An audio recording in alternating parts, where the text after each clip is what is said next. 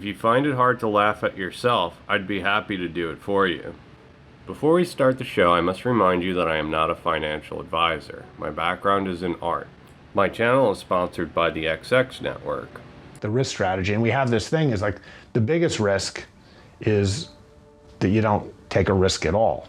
And that's the boiling frog phenomena. You just keep avoiding risk, and that cumulative avoidance leads to the really transformational failure that ultimately defines you, because it's like you're waiting for Godot, you're waiting for God, and maybe that's not the way you find God, is by waiting around. And so risk here for us, same thing.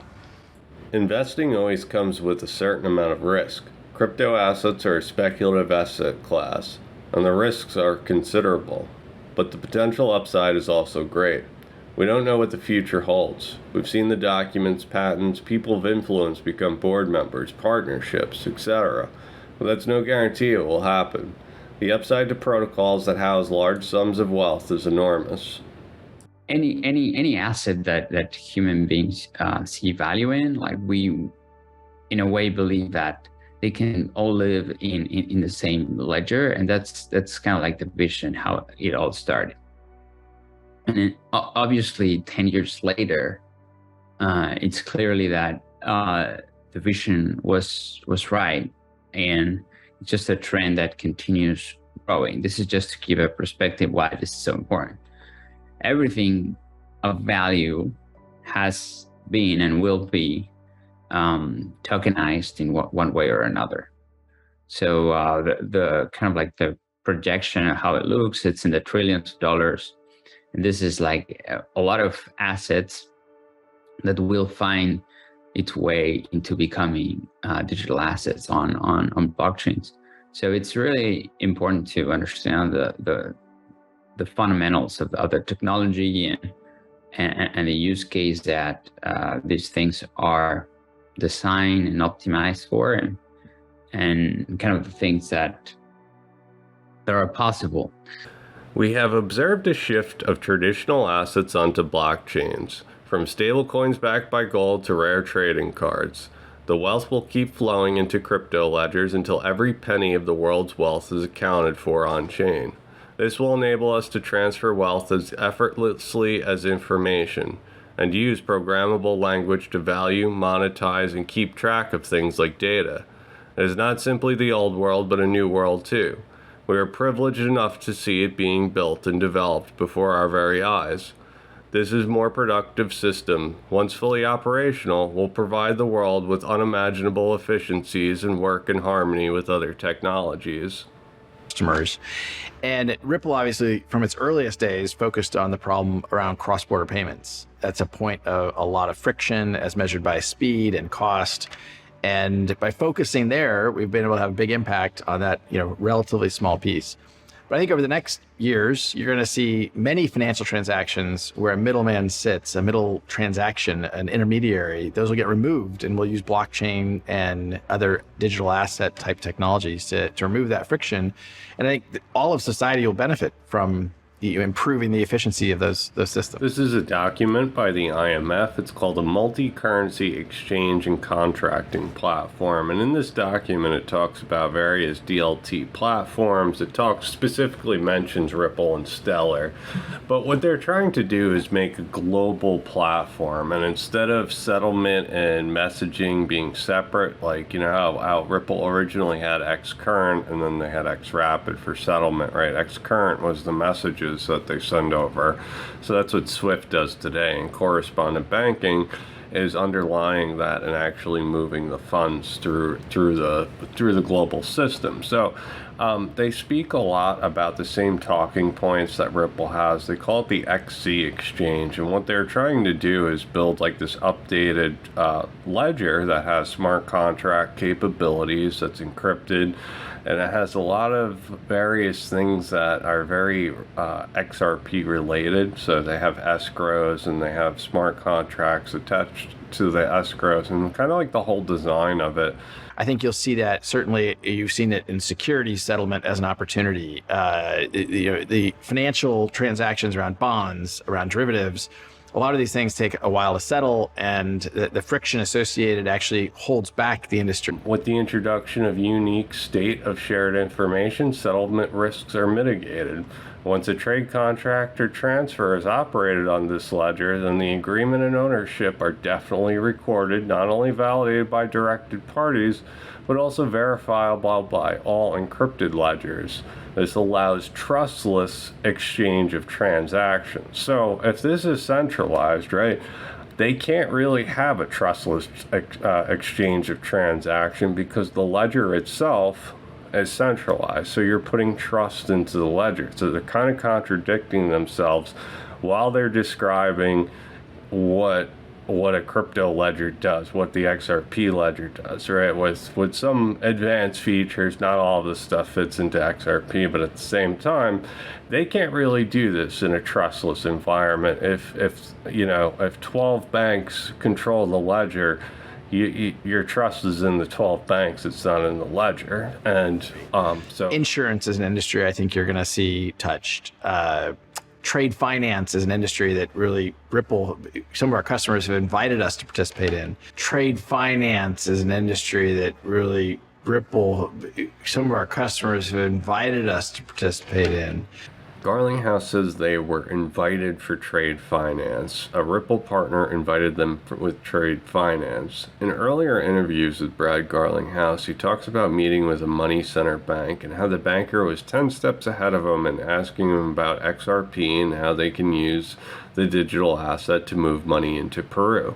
Now, Bank of America has launched a blockchain for trade finance. I believe this is now live. So Bank of America was exploring this technology. This is an older article, 2016, and it talks about how the WTO estimates that approximately 80 to 90% of world trade relies on trade finance. Now we have all these problems geopolitically, supply chain disruptions, etc., etc.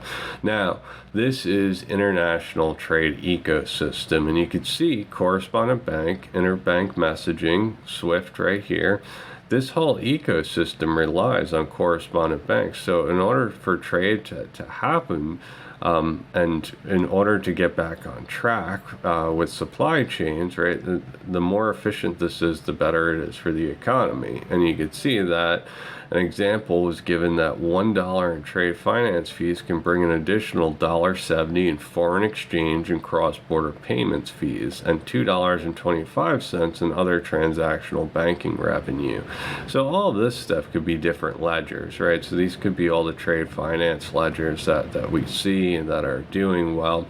Accenture is also a Ripple partner, and if you scroll down here, it talks about Bank of America having over 5,000 corporation, 10,000 middle markets, present in 44 countries, and they serve 200 countries in more than 140 currencies. Now, the banks need to have pairs with every single currency, so having 140 currencies is too much, and especially if they're illiquid and not used very often, it's just the liability on the bank's balance sheet. So converting, an illiquid currency into something that's liquid and turning it into a G7 currency is a very important utility. And if you've been following my work, that's what I've been saying, is that's kind of been Ripple's game plan, is to pair XRP against illiquid currencies. And maybe this is why. And this is Bank of America. They talk about just the total assets and just how trade finance would benefit. Now, this is the whole blockchain ecosystem. You have the distributed ledger, the trade finance distributed ledger. So that's R3's job, and here's the payments DLT. So maybe this is RippleNet, and that's what Brad. So we're working with Caltech University in Estonia right now. And they're helping to, the first part of the project, they're developing a microinverter for solar panels that actually will be linked up to the XRP ledger, right? So you can have a situation where somebody says, I want to donate a solar panel, to this community, to this group, and then they put the money into an escrow on the XRP ledger, one of the many terrific features of the XRP ledger, and once the microinverter gets installed, right? Solar panels are direct current, and you need to convert that to alternating current typically. So once a microinverter that does that task gets installed, and that's what this university is working on designing, is a microinverter that connects to the ledger, like I said. So once that gets installed, it tells the ledger, okay, there's actually a solar panel here. We can trust that it's generating electricity. They're going to build a nice dashboard and stuff so you can actually see how much electricity your solar panels generated. And you can have that real confidence that you're doing something positive, and then you can actually see in real time the impact of what you're doing, and kind of similar things with water. We're also looking at developing energy markets on the XRP ledger, with Taltech. How can not around carbon credits necessarily, but how can people, purchase energy that a supplier has already produced, that's potentially green energy, things of that nature. And then various other things. How do you decongest microgrids and, some other challenges that kind of come with that space. Totally. Zange is using the XRP ledger for its carbon credit system. As a UN partner, Zange is at the forefront of this shift towards deglobalization and green energy. The idea is to build self-sufficient local energy production. Imagine a whole town powered by solar panels, where every house has a panel that produces energy.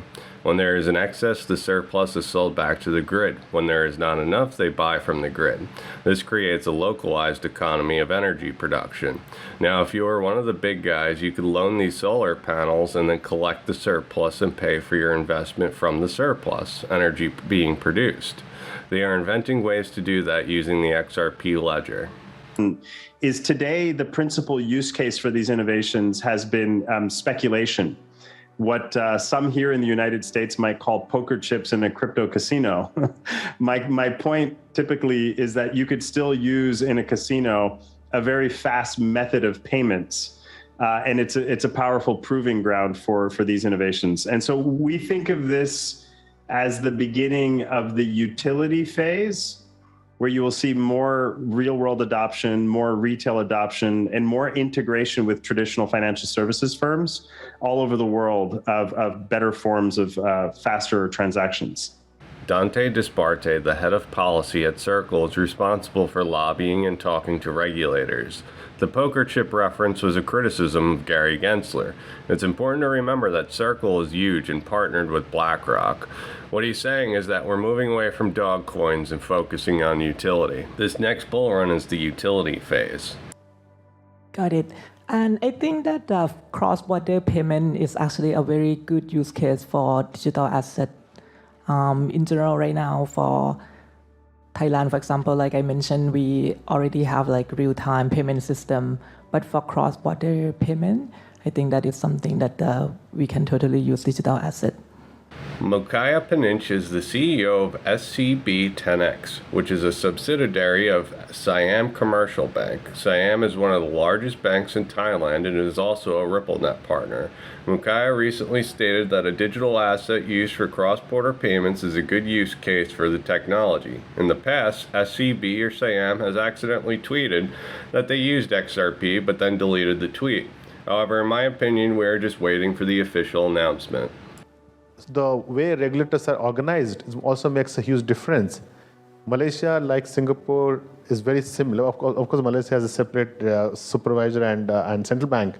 But Singapore has the advantage of a single structure supervisor and central bank. We could do many things yourself. You have your AML regulator somewhere else. So we have this complex multi-regulatory challenge. So imagine if you do it to every country. You will just go crazy. And it costs a lot of money, millions of dollars are spent when you do bilateral connectivity. So this is not a sustainable process going forward. One of the heads of the Monetary Authority of Singapore, who is spearheading these experiments, has stated that the public sector's experimentation with the technology is not sustainable. He cites the high cost and lack of speed as the primary reasons.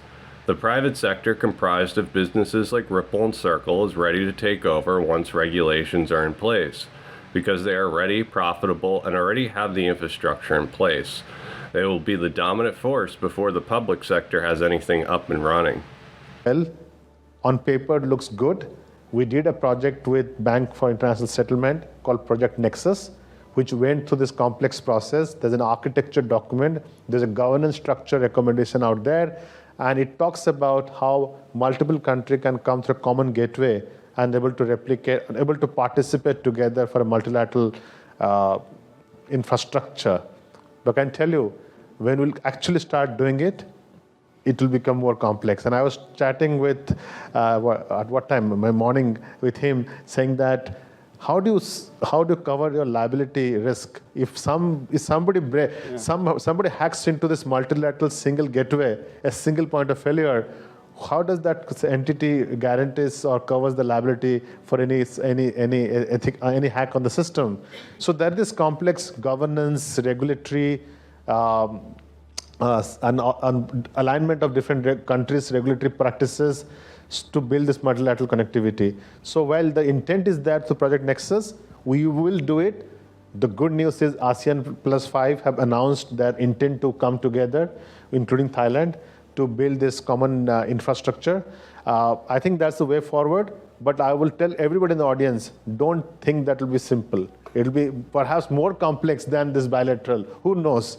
So let's see how it goes.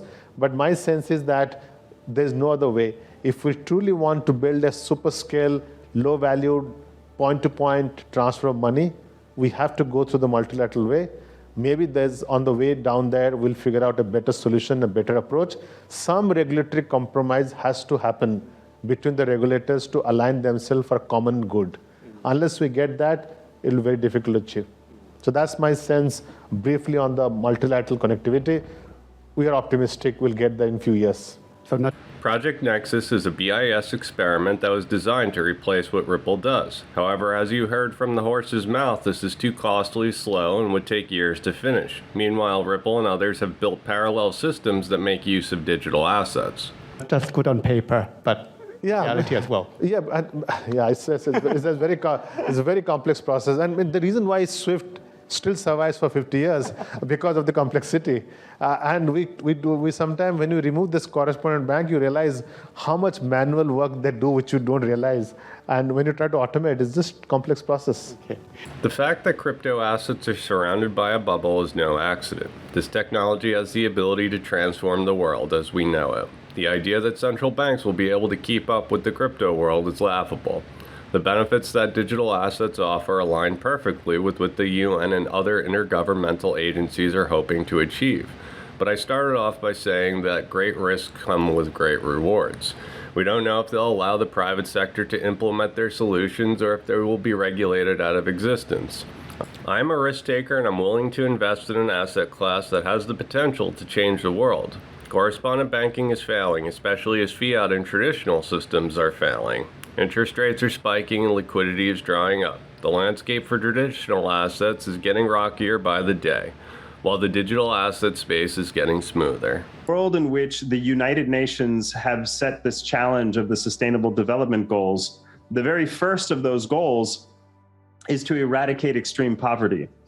The question then is, how do we achieve it if part of that strategy has to be lowering the fundamental cost of being banked for billions of people around the world who are on the margins of the formal economy? And so I think of these innovations as laying foundations for new ways of being banked and new ways of transmitting value at population scale. Politics is the art of looking for trouble, finding it everywhere, diagnosing it incorrectly, and applying the wrong remedies. Thank you for your viewership. Please take a moment to like, subscribe, and leave a comment. Your feedback is appreciated. If you enjoy these videos, please consider supporting my work through Patreon. As a patron, you'll enjoy ad-free videos, weekly chats, exclusive videos, and more.